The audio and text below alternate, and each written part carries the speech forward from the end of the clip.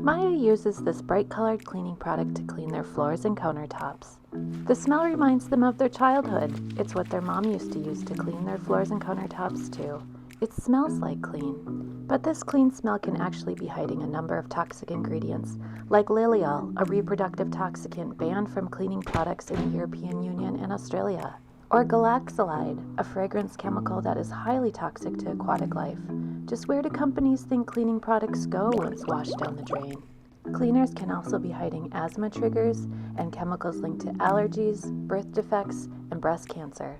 People who clean for a living are at even greater risk to harmful exposures from these products.